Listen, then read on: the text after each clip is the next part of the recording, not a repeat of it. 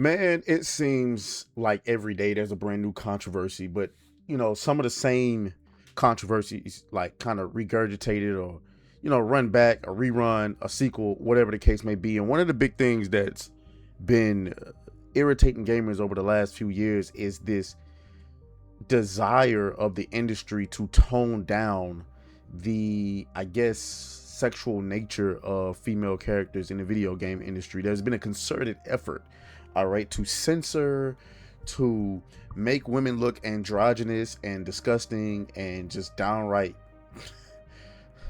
I don't know, like every time you see a female character in a video game nowadays, it's like my eyes, you know what I'm saying? Like I'm just saying. And so it's kind of refreshing to see a studio that is actually aware of that, and they decide to capitalize on the opportunity to give gamers what they want, and that's the Lords of the Fallen studio, where they come out with this post right here. You want fierce, you want it beautiful, you want it provocative. Behold our 5 female focused armor sets forged with background NPC. Full reveal in her latest video. Now this sparked all type of meltdowns. Now we can go and take a look. We're gonna get into it. Make sure you like the video and stuff like that. Subscribe if you haven't subscribed already, but you can go ahead and look, like, even at this cover right here. Judge, jury, executioner. That's a dope looking armor, and that's how, let's keep it a beam. You play a video game and you play as a female character, this is what you want to see. You know what I'm saying? Ryan Hill, I'm assuming he's at CI Games or GI, whatever the hell they are. He says it was an absolute pleasure co-creating our 5 new female focused armors alongside our team and background NPC.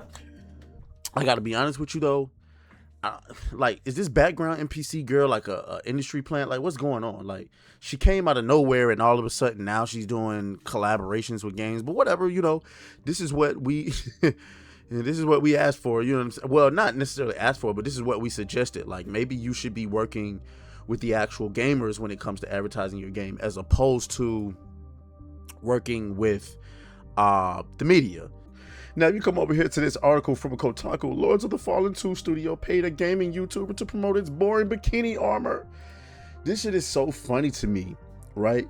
Because when they do it, it's groundbreaking. If anybody else outside of that little circle does it, you're gonna get entire articles slandering these people. Watch this. In her song Prophet, Doechii says, Doechii's a terrible rapper, all right? They don't make statues of critics. They don't make statues of fans. Doechii didn't win a Grammy by catering to the whims of her label or her followers. A reoccurring theme throughout the album, Alligator Bites Never Heal, is Doechii's commitment to her artistic pursuit despite the fluctuating support of the people around her. Doechii knows that you can't please everybody, and attempting to do so will only hold you back from making great art. Well, first of all, Doechii's Grammy is the most flawed shit ever, because nobody actually listens to Doechii. She was only given an album because of her connections. Let's keep that right there. So I don't even want to hear that.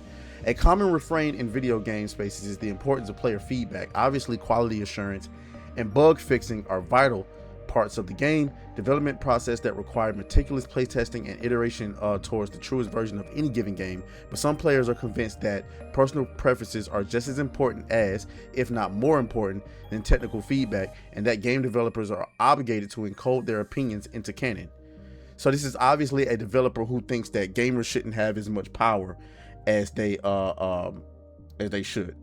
In 2026, one of the most radical things a game studio can do is ask its players what they actually want to see and then listen to the answer, says YouTuber The Background NPC in a sponsored video about the upcoming dark fantasy RPG, Lords of the Fallen 2. The video is a bizarre marketing campaign for a new in-game collection of generally horny female-only armor. It was cool when they was doing it in Hades too, huh? But apparently, like it's a, man, anyway, let me keep reading.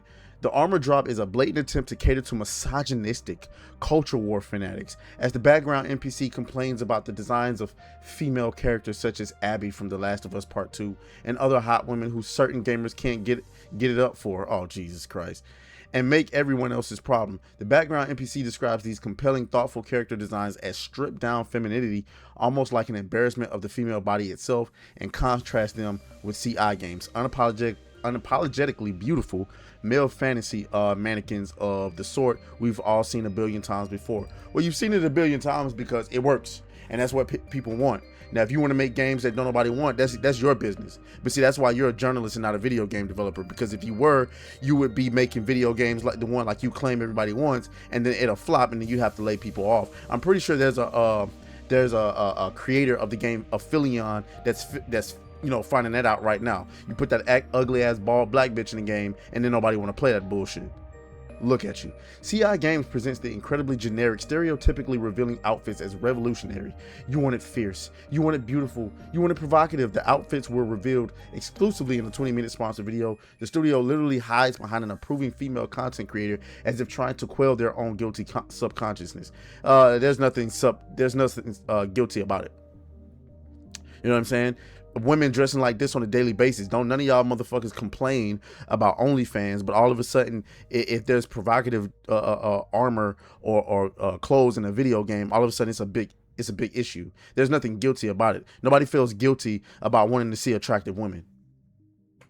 So you can get that bullshit out of here. The problem with making design choices not because they're interesting, but because of their likelihood to appeal to fans, is that inevitably people will see right through them. It took less than 24 hours for CI Games to follow up on the armor reveal with a desperate attempt to save face, promising that the game has modest outfits too. Meanwhile, a quote post aptly describing the outfits as falling into the unhorny valley ratioed the initial announcement with more than double its likes. I mean, look at how upset these people are, right? It's pathetic. But, I guess that's why Stellar Blade performed so well, right? Because people saw right through that. Shit. The background NPC celebrates the idea of a studio actively involving a player in the design process. But if it's truly so amazing, why did the studio have to pay her to make a video about it? To build them a statue? I mean, I'm sorry. As if y'all aren't getting are y'all not getting compensation for covering the industry for marketing stuff? Oh yeah, you are. You are. Why doesn't Jeff Keighley get to show off his games at the Game Awards for free? Don't you got to pay for that? So why does she not get paid for what she's doing? Anyway, here goes some of the designs right here that she showed on her page. I mean, not on her page, but on her video. You can see those. I mean, these look nice. Of course, there's going to be some, particularly not so revealing. Does that make sense? Yes, not so revealing things. So, there you are. There you have it. I would love to know what you guys think it is. I think it's absolutely ridiculous, but that's neither here nor there. Y'all let me know what you think down in the comments. As always, may the Grifter be with y'all. Talk to y'all. Oh, fuck you, fuck you, fuck you, fuck you.